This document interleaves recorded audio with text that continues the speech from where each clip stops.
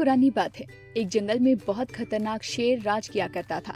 राजा होने के कारण वो शेर जंगल के बाकी सारे जानवरों पर अपनी धौंस जमाता था और उनका शिकार करके उन्हें खा जाया करता। कई बार वो एक या दो नहीं बल्कि कई जानवरों को मार कर खा जाया करता। इस बात से जंगल के सभी जानवर बहुत परेशान थे। उन्हें डर लगता था कि इस तरह एक दिन शेर जंगल के सारे जानवरों को खा जाएगा। इस बात का हल निकालने के लिए सभी जानवरों ने फैसला किया कि वो जाकर शेर से बात करेंगे और उसे समझाने की कोशिश करेंगे। कुछ देर बाद सभी जानवर अपने अपने स्थान पर चले जाते हैं और अगले दिन हिम्मत करके सभी जानवर शेर के पास जाते हैं। शेर अपनी गुफा में आराम कर रहा था। उन सभी जानवरों के आने के कारण उसकी नींद खुल जाती है और वो गुस्से में बोलता है कि किसकी हिम्मत हुई मेरी नींद खराब करने की। तभी उसकी नजर सभी जानवरों पर जाती है और सभी जानवरों को एक साथ देखकर शेर गुस्से में कहता है, तुम सभी एक साथ यहाँ क्या कर रहे हो? मैंने कोई दावत रखी है क्या?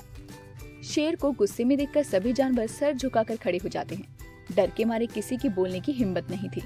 तभी जानवरों के दल का सरदार हाथी शेर से कहता है, महाराज, हम सभी यहाँ आपसे एक विनती करने आए हैं।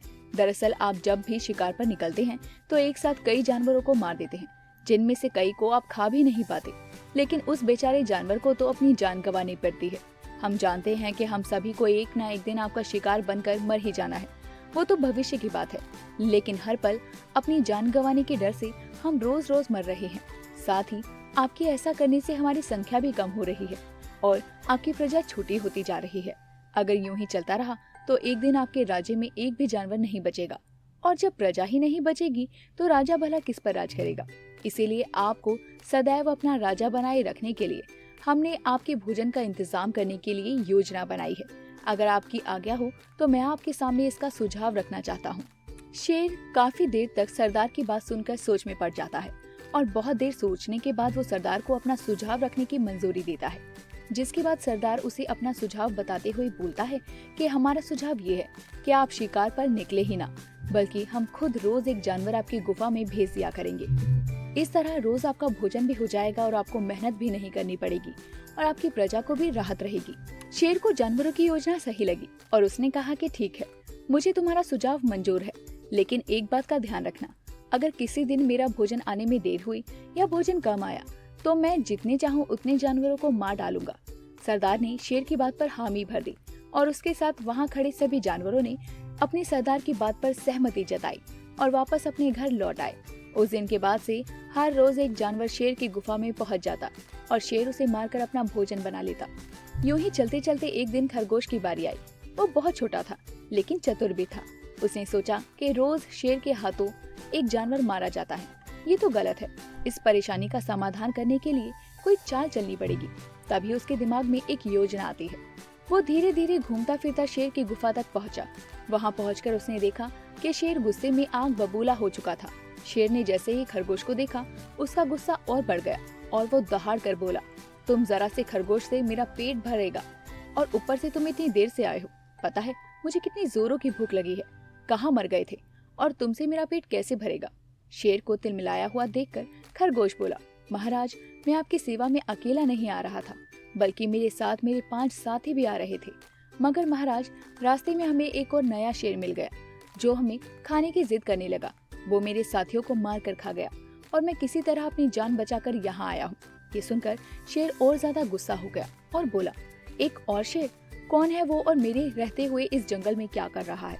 खरगोश ने शेर को कहा, महाराज, वो बहुत ही बड़ा शेर है और जब मैंने उसे कहा कि तुम हमारे महाराज का भोजन क्यों कर रहे हो तो वो बोला कि आज से मैं तुम्हारा महाराज हूँ और मेरे अलावा इस जंगल में कोई और शेर नहीं रह सकता। मैं सबको मार डालूंगा। फिर आपको लड़ाई के लिए ललकारने के लिए उसने मुझे यहाँ भेज दिया। खरगोश की बात सुनकर शेर और गुस्से में आ गया और बोला, अच्छा ऐसी बात है तो मैं भी देखूं कि ये कौन सा शेर है जो मेरे जंगल में आकर मेरी ही प्रजा पर कब्जा करके मुझे ही लड़ाई के लिए ललकार रहा है। ले चलो मुझे उसके पास। शेर जोर से दहाड़ता है और खरगोश के साथ चल देता है। खरगोश उसे जंगल के बीचों बीच मौजूद एक कुएं के पास ले गया और बोला, महाराज, वो इस गड्ढे के नीचे गुफा में रहता है। आपको आता देखकर शायद वो अंदर घुस गया होगा। दूसरे शेर को देखने के लिए जैसे ही शेर ने कुएं में झांका तो उसे अपनी परछाई दिखी और उसने समझा कि वही दूसरा शेर है। इसके बाद उसने दूसरे शेर को ललकारने के लिए जब दहाड़ मारी तो उसी की तरह दहाड़ गूंजकर उसे ही सुनाई दी। लेकिन उसे लगा कि वो दूसरा शेर है जो कि उसे ललकार रहा है।